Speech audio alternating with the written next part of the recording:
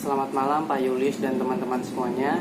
Saya Randi Javi Karoran. Di sini saya akan mempresentasikan proposal penelitian saya dengan judul pengaruh ukuran perusahaan, ukuran direksi, komite audit, dan faktor lainnya terhadap manajemen laba.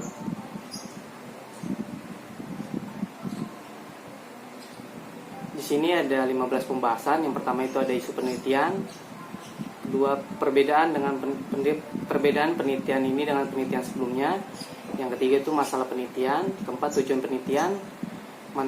Selanjutnya manfaat penelitian, kerangka teoritis, penelitian terdahulu, model penelitian, pengembangan hipotesis, jenis penelitian, objek penelitian, kriteria objek penelitian, definisi operasional dan pengukuran, metode pengumpulan data, dan yang terakhir itu pengujian hipotesis. Untuk yang pertama, isu penelitian. Isu penelitian ini adalah diambil dari PT PLN dan PT Pertamina. PT PLN ini menaikkan laba bersih sebanyak 11 triliun 560 miliar selama tahun 2018, di mana laba ini mengalami kenaikan sebesar 162,30%. Kenaikan ini mengalami peningkatan 3 kali lipat dari tahun sebelumnya, tahun 2017. Pada tahun 2019 bahkan PT PLN ini masih rugi. Hal ini tersebut dilakukan oleh PT Pertamina untuk menaikkan laba perusahaan meskipun tidak sebanding dengan PT PLN. Untuk yang selanjutnya, perbedaan dengan penelitian sebelumnya, di mana penelitian sebelumnya itu periode penelitian itu tahun 2009 hingga 2014. Sumber data yang diambil juga dari Bursa Efek Teheran, dan variabel independennya itu ukuran perusahaan, ukuran direksi, komite audit, dan independensi dewan direksi. Dan objek penelitiannya di sini juga perusahaan manufaktur di Bursa Efek Teheran. Sedangkan penelitian yang sekarang itu periode penelitiannya itu diambil dari tahun 2017 hingga tahun 2019. Sumber datanya juga dari Bursa Efek Indonesia. Variabel independen pada penelitian ini juga ada ukuran perusahaan, ukuran direksi, komite audit, independensi dewan direksi, dan ada penambahan variabel independen yaitu masa jabatan komite audit, frekuensi rapat komite audit, komisaris independen, kepemilikan manajerial. Dan untuk objek penelitian ini perusahaan manufaktur dari Bursa Efek Indonesia. Selanjutnya adalah masalah penelitian. Yang pertama, apakah ukuran perusahaan berpengaruh terhadap manajemen laba? Yang kedua, apakah ukuran direksi berpengaruh terhadap manajemen laba? Yang ketiga, apakah komite audit berpengaruh terhadap manajemen laba? Yang keempat, apakah independensi dewan direksi berpengaruh terhadap manajemen laba? Yang kelima, apakah masa jabatan komite audit berpengaruh terhadap manajemen laba? Yang keenam, apakah frekuensi rapat komite audit berpengaruh terhadap manajemen laba? Yang ketujuh, apakah komisaris independen berpengaruh terhadap manajemen laba? Dan yang ke-8, apakah kepemilikan manajerial berpengaruh terhadap manajemen laba? Selanjutnya ada tujuan penelitian. Yang pertama, untuk mendapatkan bukti empiris mengenai pengaruh ukuran perusahaan terhadap manajemen laba. Yang kedua, untuk mendapatkan bukti empiris mengenai pengaruh ukuran direksi terhadap manajemen laba. Yang ketiga, untuk mendapatkan bukti empiris mengenai pengaruh komite audit terhadap manajemen laba. Yang keempat, untuk mendapatkan bukti empiris mengenai pengaruh independensi dewan direksi terhadap manajemen laba. Yang kelima, untuk mendapatkan bukti empiris mengenai pengaruh masa jabatan komite audit terhadap manajemen laba. Yang keenam, untuk mendapatkan bukti empiris mengenai pengaruh frekuensi rapat komite audit terhadap manajemen laba. Yang ketujuh, untuk mendapatkan bukti empiris mengenai komisaris independen terhadap manajemen laba. Dan yang terakhir, untuk mendapatkan bukti empiris mengenai kepemilikan manajerial terhadap manajemen laba. Selanjutnya, manfaat penelitian. Manfaat penelitian ini ada 3. Yang pertama, untuk manajemen perusahaan, dapat memberikan gambaran untuk perusahaan tentang praktik manajemen laba. Yang kedua itu investor, dapat memberikan gambaran apa saja yang mempengaruhi praktik manajemen laba. Yang untuk penelitian selanjutnya, dapat memberikan gambaran faktor-faktor apa saja yang dapat mempengaruhi praktik manajemen laba di dalam perusahaan. Selanjutnya, kerangka teoritis. Teori yang digunakan dalam penelitian ini adalah teori keagenan, di mana teori keagenan adalah hubungan antara prinsipal dan agen. Prinsipal itu sendiri pemegang saham dalam suatu perusahaan, dan agen itu sendiri adalah manajemen perusahaan. Agen ini akan mendapatkan insentif jika kinerja baik dan harga saham dan pendapatan yang tinggi. Jika kurangnya pengawasan dari prinsipal dapat membuat agen melakukan manipulasi kondisi perusahaan. Hal ini dikarenakan adanya asimetri informasi antara prinsipal dan agen, di mana asimetri informasi tersebut akan membuat agen itu melakukan manajemen laba. Selanjutnya penelitian terdahulu. Untuk variabel yang pertama, ukuran perusahaan, di mana menurut dari Lidiawati dan Aksik tahun 2016 dan Septian Rohman tahun 2013 adanya pengaruh positif antara ukuran perusahaan terhadap manajemen laba. Dan menurut dari Susanto 2016, Fernati 2017, dan Purnama 2017 terdapat pengaruh negatif antara hubungan ukuran perusahaan terhadap manajemen laba. Dan menurut dari Kosebal Almiri Homayun 2017 dan Sari 2017, hubungan antara manajemen laba, hubungan antara ukuran direksi dan manajemen laba terdapat pengaruh. Dan selanjutnya untuk ukuran direksi, di mana menurut dari Kosebal Amiri Homayun 2017, Arifin Destriana 2016, Aslina 2010, Suhartini 2006, dan Oktaviani 2015 menyatakan bahwa tidak ada pengaruh antara hubungan ukuran direksi terhadap manajemen laba. Namun hal ini berbeda dari hasil penelitian dari Tacho dan Niat 2016 yang menyatakan bahwa ukuran direksi berpengaruh terhadap manajemen laba. Selanjutnya ada variabel komite audit, di mana menurut dari Lidiawati dan Asyik tahun 2016 dan Sari tahun 2017, hubungan antara komite audit terhadap manajemen laba itu berpengaruh negatif. Namun menurut dari Kosebal Amiri Homayun 2017, Tacho dan Iyat 2016, Agustia 2013, Oktaviani 2015, dan Firnanti tahun 2017 menyatakan bahwa komite audit tidak berpengaruh terhadap manajemen laba. Dan untuk variabel selanjutnya, independensi Dewan Direksi, di mana menurut Sufiana dan Karina tahun 2020 menyatakan bahwa independensi Dewan Direksi berpengaruh positif terhadap manajemen laba. Dan menurut dari Wang and Campbell tahun 2012 menyatakan bahwa independensi Dewan Direksi berpengaruh negatif terhadap manajemen laba. Dan menurut dari Oktaviani 2015, independensi Dewan Direksi tidak berpengaruh terhadap manajemen laba. Menurut dari Kosebal Amiri Humayun, independensi Dewan Direksi berpengaruh terhadap manajemen laba.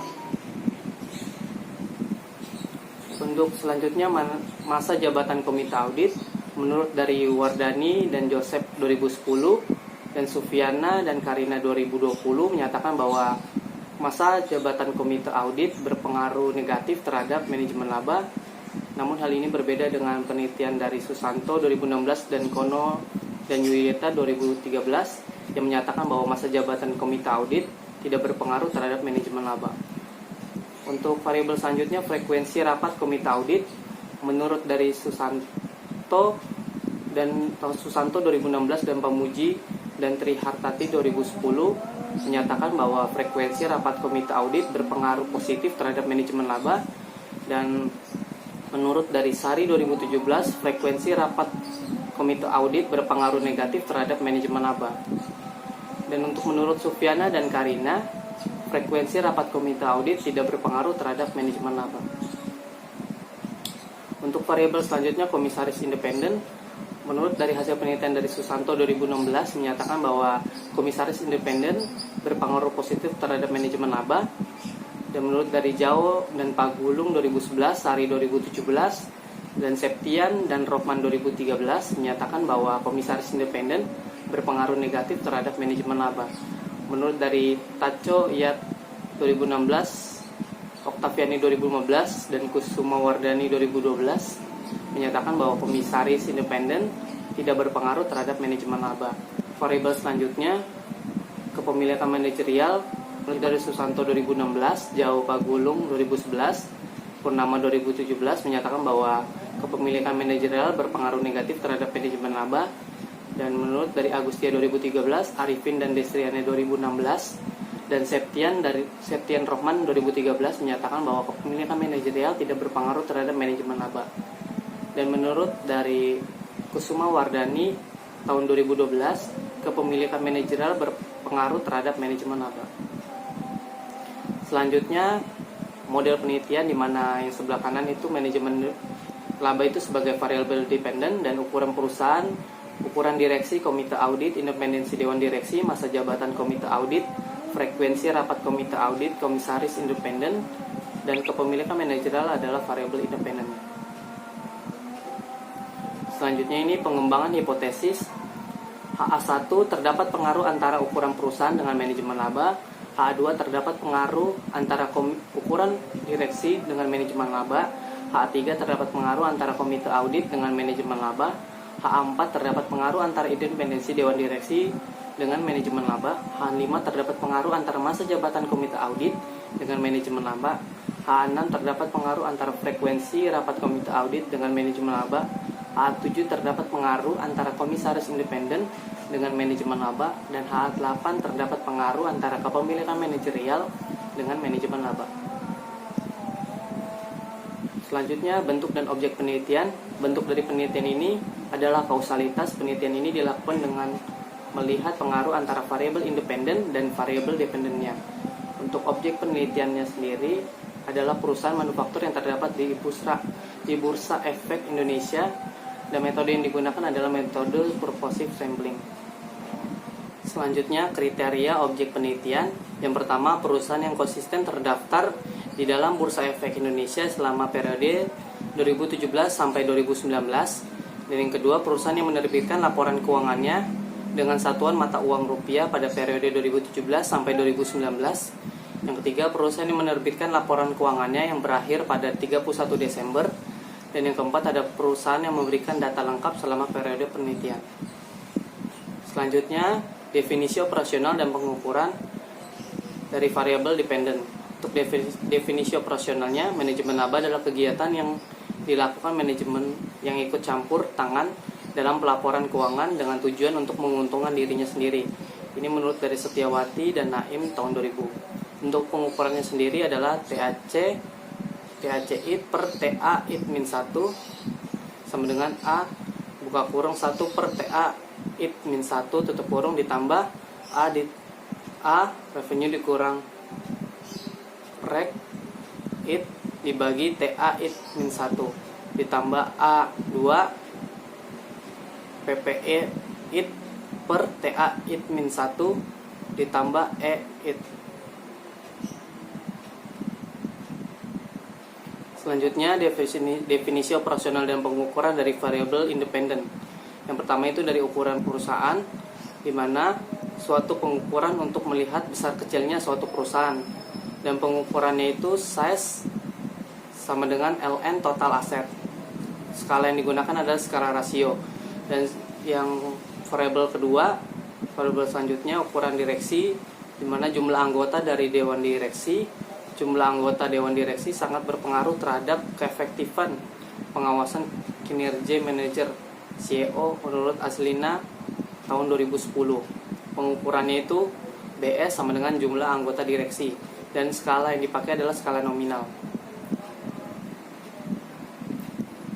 Variabel selanjutnya adalah komite audit, di mana salah satu bentuk pengawasan yang dilakukan oleh prinsipal terhadap agen. Untuk pengukurannya sendiri, AC sama dengan variabel dummy, di mana nilai 1 adalah perusahaan yang memiliki audit komite, dan tidak adanya audit komite nilainya itu 0. Skala yang digunakan adalah skala nominal. Dan yang selanjutnya adalah independensi dewan direksi, di mana dewan direksi itu berasal dari luar perusahaan. Untuk pengukurannya itu adalah IOBOD sama dengan manajer independen dalam dewan direksi dari total anggota jajaran direktur. Skala yang digunakan adalah skala rasio. Selanjutnya adalah masa jabatan komite audit, di mana dapat mempengaruhi kinerja untuk pengambilan keputusan. Ini menurut dari Ki and Tian tahun 2012. Pengukuran yang dipakai adalah period, di mana masa jabatan ketua komite audit. Skala yang digunakan adalah skala nominal. Variabel selanjutnya frekuensi rapat komite audit, di mana melakukan rapat secara berkala dan paling sering melakukan rapat 1 kali dalam 3 bulan, dan yang hadir dalam rapat 1/2 dari jumlah komite audit.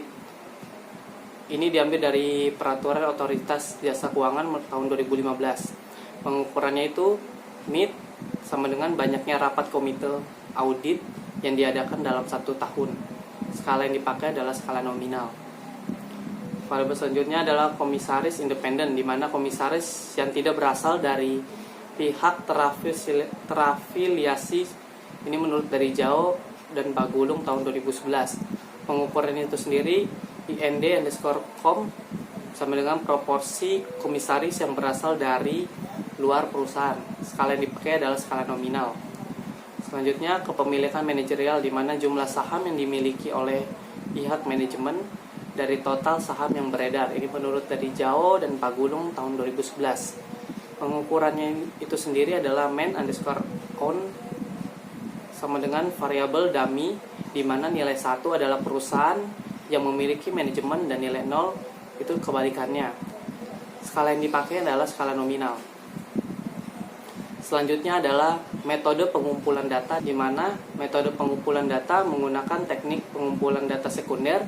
Data diperoleh dari website resmi Bursa Efek Indonesia dan data laporan keuangan yang berakhir pada 31 Desember dari tahun 2017 hingga tahun 2019. Selanjutnya ada uji hipotesis.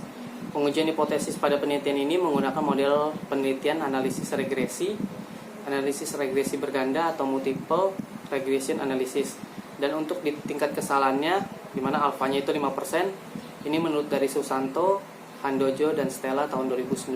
Untuk persamaan regresinya sendiri adalah time sama dengan BO B0 ditambah B1 size ditambah B2 BS ditambah B3 AC ditambah B4 IOBOD ditambah B5 period ditambah B6 mid ditambah B7 IND_com ditambah B8 man_own ditambah error. Sekian presentasi dari saya.